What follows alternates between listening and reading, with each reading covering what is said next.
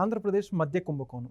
Delhi liquor scams కంటే ఇది దాదాపుగా చాలా రెట్లు పెద్దదని చెప్పేసి ఢిల్లీ లిక్కర్ స్కామ్ నీటి బొట్టంటే అయితే ఆంధ్రప్రదేశ్ లిక్కర్ స్కామ్ ఏకంగా సముద్రం అంత అని చెప్పేసి చెప్పుకుంటూ వచ్చారు తెలుగుదేశం పార్టీ ఎంపీ లావు శ్రీకృష్ణదేవరాయలు గారు. నిన్నటి రోజున పార్లమెంట్లో జరిగినటువంటి చర్చల్లో భాగంగా దాదాపుగా కొన్ని వేల కోట్ల రూపాయలు దుబాయ్ను తరలించారని చెప్పేసి దీంట్లో గత ప్రభుత్వంలో పెద్దల హస్తం ఉందని చెప్పేసి పార్లమెంట్ సాక్షిగా చెప్పుకుంటూ వచ్చారు లావు శ్రీకృష్ణదేవరాయలు గారు. ఇదే అంశానికి సంబంధించి మనం పూర్తి వివరాలు తెలుసుకునే ప్రయత్నం చేద్దాం. మనతో ఉన్నారు ప్రముఖ రాజకీయ విశ్లేషకులు అర్స్మిల్లి శ్రీనివాసరావు గారు.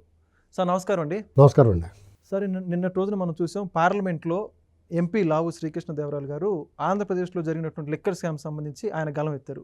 2,000 కోట్ల రూపాయలు దుబాయ్ లాంటి దేశాలు తరలిచ్చారు, ఎవరెవరు దీంట్లో ఇన్వాల్వ్ అని చెప్పి దాన్ని చెప్పుకుంటూ వచ్చి వాటన్నిటికీ మినహాయించి మొత్తంగా రాష్ట్ర వ్యాప్తంగా ఉన్నటువంటి లిక్కర్ స్కామ్ సంబంధించి దేశంలో హోమ్ మినిస్టర్ ఎవరైతే ఉన్నారో అమిత్ షా గారిని కూడా కలిశారు.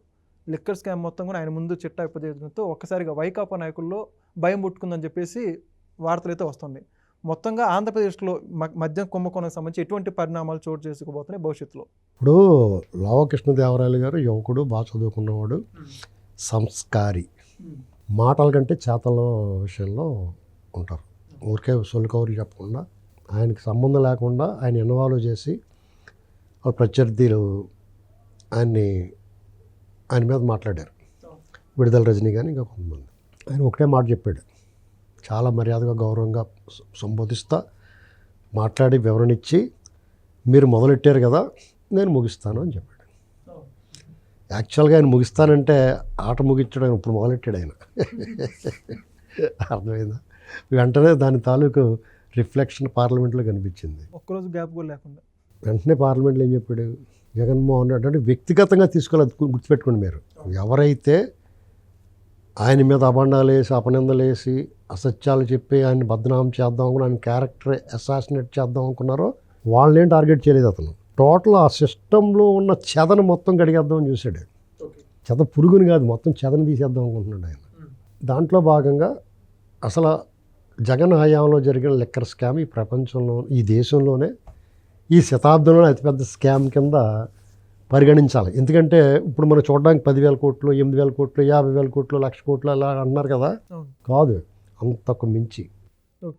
దాన్ని ఆయన పార్లమెంట్లో సవివరంగా ఎలా జరిగింది, ఏ డిస్టిలరీస్ ఎవరిని బెదిరించి లాక్కున్నారో, ఎవరు ఇష్టపూర్వకంగా వచ్చారు, ఆ బ్రాండెడ్ కంపెనీల వాళ్ళు ఆ బ్రాండెడ్ లిక్కర్ అంతా కూడా వాళ్ళు ఎలాగే ఇబ్బంది పెట్టారు. ఇప్పుడు ఉన్నారు బ్రాండెడ్ కూడా ఉంటాయి.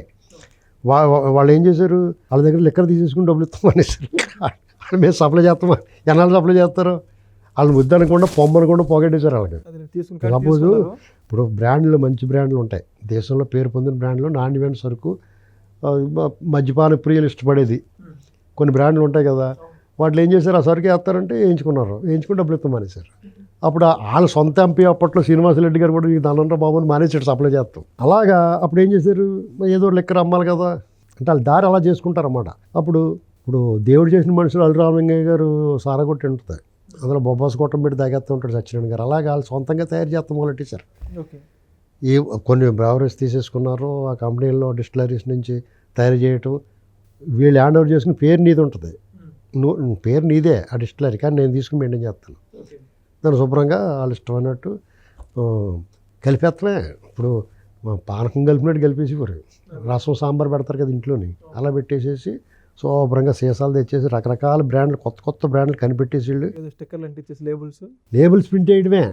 వాళ్ళు ఇన్నోవేటివ్ కనిపెట్టాలి. ఏదైనా ఒక మాట మీడియాలో వినపడింది అనుకో, స్పెషల్ స్టేటస్, టపాల్ మనదో బ్రాండ్ వచ్చేసి మనాడిపోద్దానికి. ఓకే, లేదా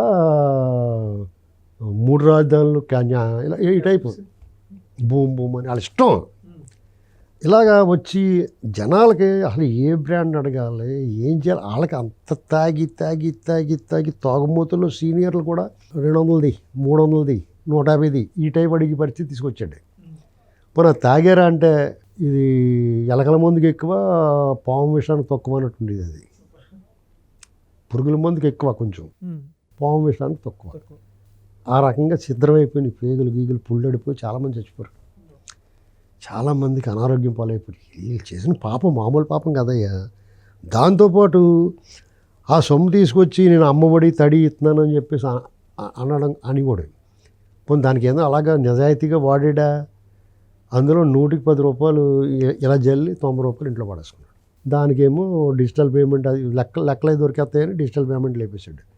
డిజిటల్ క్యాష్ అండ్ క్యారీ అంటే నువ్వు ఎంత అమ్ముతున్నావు, ఎంత సరుకు వచ్చింది, నువ్వు ఎంత జిప్పు కడుతున్నావు, ఎంత ట్యాక్స్ కట్టు చెప్పి కూడా ఎవడో అక్కడ అమ్మేవాడు అందరూ నీ గ్యాంగ్, దానివే పర్యవేక్షణ చేసి కూడా నీ గ్యాంగ్, దీన్ని మొత్తం మానిటరింగ్ చేసి కూడా నీ గ్యాంగ్, అధికారుల్లోనూ మీ గ్యాంగ్ని పెట్టుకున్నావు, దాని ప్యారలల్గా పనిచేసి వాళ్ళని అవన్నీ జాగ్రత్తగా కట్టలు కట్టి నీ ఇంటికి పంపించి వాళ్ళని నీ గ్యాంగ్ని పెట్టుకున్నావు. అసలు ఏ రకంగానే బయటకు వచ్చి ఛాన్స్ లేదు. వాళ్ళు చెప్పరు, ఎందుకు చెప్పరు? ఇప్పుడు లెక్కపత్రం లేని సొమ్ము వస్తుందండి. ఇప్పుడు తిరుపతి దేవస్థానం లాంటి చోటే పరకామణిలో కూడా అంత నిఘా ఉండి ఆపబీతి ఉన్న చోటే దొబ్బేస్తున్నారు డబ్బులు. అవునా కదా? ఎంత కొంత చేతిపాటం చూపిస్తారు కదా. అలాంటిది ఇక్కడ వీడు చేసి పని దొంగ పని, అవి వచ్చి దొంగ సొమ్ము మనం దొబ్బి తప్పే ఉంది అని ఎంత కొంత వాళ్ళు లాగేస్తూ ఉంటారు. వాళ్ళకి వెనకం వాళ్ళు అసలు చెప్పరు, ఇది ఇలాగే కొనసాగితే బాగుండని కోరుకుంటారు. అలాగే అతను జగన్ ఏం చేస్తాడు, తనతో పాటు మిగతా వాళ్ళందరినీ దొంగలు చేస్తాడు. వాళ్ళు చేసి సాయి వాళ్ళు చేస్తూ ఉంటారు. అలాగ కొల్లగొట్టి 1000 కోట్లు 5 సంవత్సరాల పాటు. పైగా రేట్లు ఎక్కువ పెంచేస్తే తక్కువ తాగుతారన్నాడు. ఎవడు తక్కువ తాగుతాడు? షాపులు తగ్గించేసానంటాడు. షాపులు తగ్గించేస్తే సరుకు ఎక్కువ మెత్తావు కదా. నువ్వు సరుకు అమ్ముతూ మానే ఇవాళ 100 బాటిల్ కన్జంప్షన్ ఉందనుకో, 20 ఉన్నాయి అన్నావు అనుకో, ఇట్టి పరిస్థితుల్లో బయట నుంచి రానివ్వలేదు అనుకో, బయట నుంచి రానివ్వకుండా నువ్వు దేనికోసం ఆపావు? బయట లెక్కర ఇక్కడ తెచ్చుకుని ఇక్కడ రేట్లు ఎక్కువనే నాణ్యమైన బ్రాండ్ బయట నుంచి తెచ్చుకుని తాగనివ్వకుండా ఆపావు తప్ప వేరే రకంగా నీకు నీ సదుద్దేశం లేదు. నీ సదుద్దేశం ఉందనుకో, 100 బాటిల్ కన్జంప్షన్ ఉన్నా కానీ నువ్వు 20 అమ్ముతాం. రోజు తాగిపోడు 2 రోజులకోసారి తాగండి, 2 రోజులకోసారి తాగిపోడు 3 రోజులకోసారి తాగండి, 3 రోజులకోసారి తాగిపోడు వారానికి ఒకసారి తాగండి. అలాంటిది ఏదో కోట పెట్టేవనుకు పోనీ ఓరు బాబు నిజమేరా బాబు ఇతను మంచి మనసుతోటి ఆరోగ్యం ప్రజల ఆరోగ్యం పట్ల వాళ్ళ పట్ల బాధ్యతగా ఉన్నాడు అనుకోవచ్చు. మెల్లమెల్లగా కొన్నాళ్ళకే నా మధ్య నిషేధం నువ్వు అలా కాదు కదా, ఇంక ఎక్కువ తాగంటారు బాబు అన్నట్టుగా చేసావు. పైకే మొక్కలా మాట్లాడో లోపల పని చేసావు. ఇదంతా మొత్తం బొమ్మ ఎవడెవడ ఎంత కొల్లగొట్టేయాడు, ఎంత డబ్బు ఏమైంది. ఈయన చెప్పింది చిన్నదే అమౌంట్, 4000 కోట్లు పట్టుకెళ్ళాడు సునీల్ రెడ్డి అన్నాడు.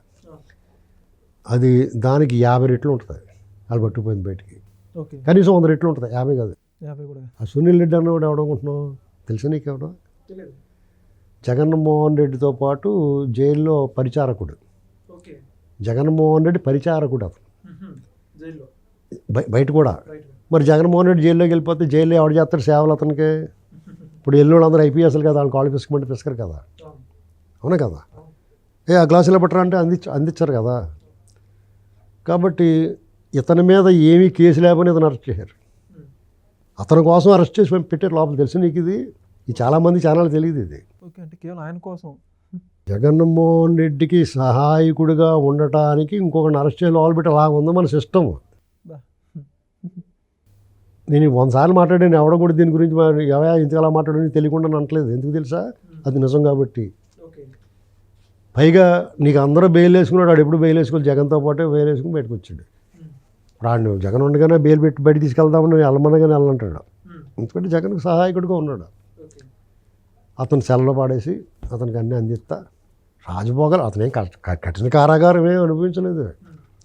అలాంటి వాళ్ళందరినీ దగ్గర పెట్టుకుని అతను ఈ నడిపించాడు. ఇది ఒక పార్ట్ అంతే. ఇప్పుడు కృష్ణదేవరాయలు గారు పార్లమెంట్లో మాట్లాడిన తర్వాత ఢిల్లీ స్కామ్ 150 కోట్లకి ఎంత అయిపోయింది, ఆ శేషమహలే అతని అధికారంలో దింపేసింది కేజ్రీవాల్ని. మరి సేమ్ అంతకు మించి ఇక్కడ చేసినప్పుడు ఇక్కడ ఏ రకంగా శిక్ష పడాలనేటువంటి దేశ ప్రజలందరూ కూడా ఢిల్లీ అంగ చూస్తారు. ఇప్పుడు ఏంటి సార్ అమిత్ షా గారు ఏంటంటే బాబు ఇది అని అడుగుతారు కదా. ఖచ్చితంగా చర్యలు తీసుకుంటారు. ఇప్పుడు అంటే జగన్మోహన్ రెడ్డికి ఎంతో కొంత అందరూ నిజమో ఒట్టుతో తెలియదు, అందరూ అనుకునేది ఏంటంటే వాళ్ళు అండ ఉందా అందుకని ఇటు రెచ్చిపోతున్నాడు అంటున్నారు. అది కట్ చేశారు. వెళ్ళి నీట్గా చిన్నగా పల్చటి పదునైన బ్లేడ్ ఇచ్చుకుని కుసుకొని వచ్చేసారు. చాలా తెలివిగా చాకచక్యంగానే. ఇలాంటి వాళ్ళ దగ్గర ఈ చట్టము రాజ్యాంగం పనిచేయవండి వాళ్ళ దగ్గర. అతని కంటే గనుడు ఆచంటం మళ్ళానంటే ఆడికన్నా ఎత్తుకు పై ఎత్తేసి ఆట కట్టించాలి. ఇప్పుడు రేపు మాపో ఇప్పుడు మీకు అవును వాళ్ళిద్దరు ఇష్టపడ్డారు చూసా, రమ్మని ఒక పాట ఉంటుంది కదా.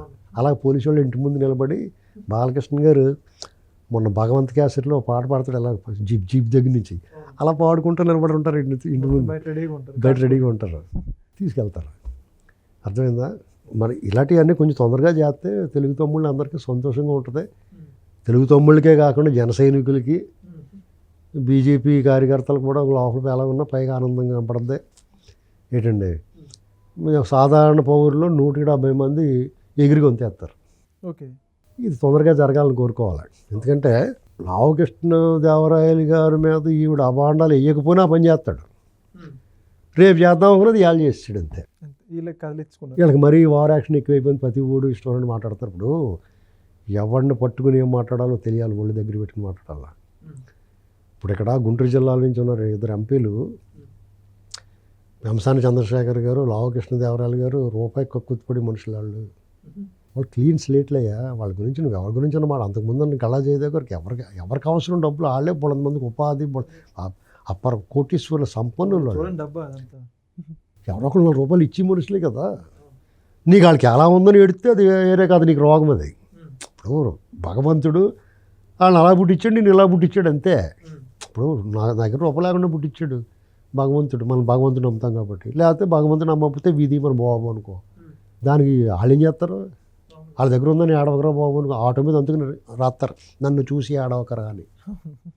ఇలాంటి వాళ్ళు చూసే ఊరికే అసూయపడి వాళ్ళ గురించి కులమను మతమను ఏడవటం మానేయాలి అర్జెంటుగానే.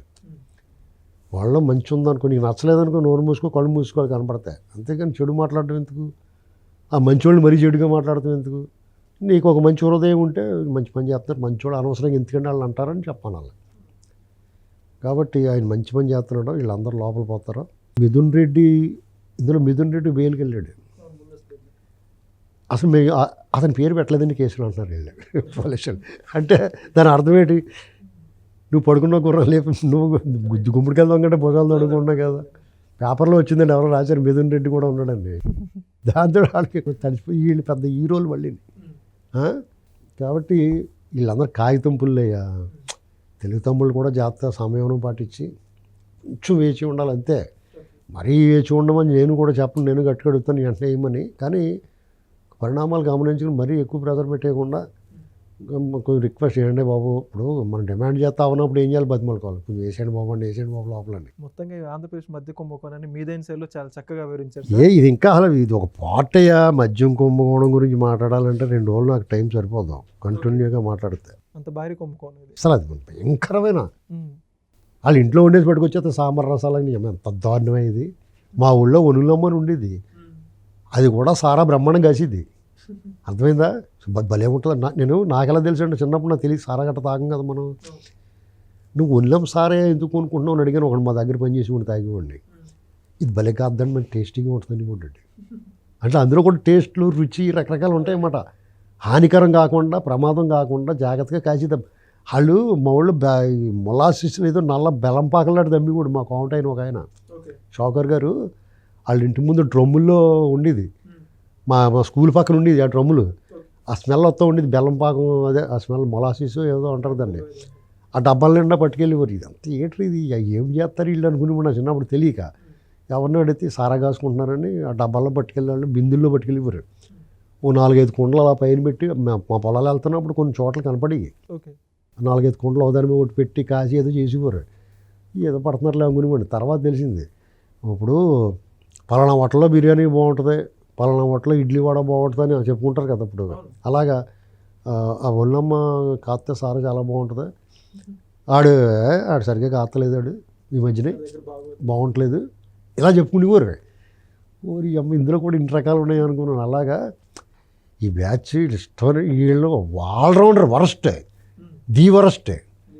ఇంకా వాళ్ళకి దారి లేక గతి లేక తాగేవారు. ఏమైనా బోర్డర్లో ఉన్న వాళ్ళు మాత్రం వాళ్ళు అదృష్టవంతులు, గబక్కన 4 అడుగులు అట్టేపేసి తెచ్చుకుని తాగేసి వచ్చేసేవారు. Please subscribe to Leo News for more videos.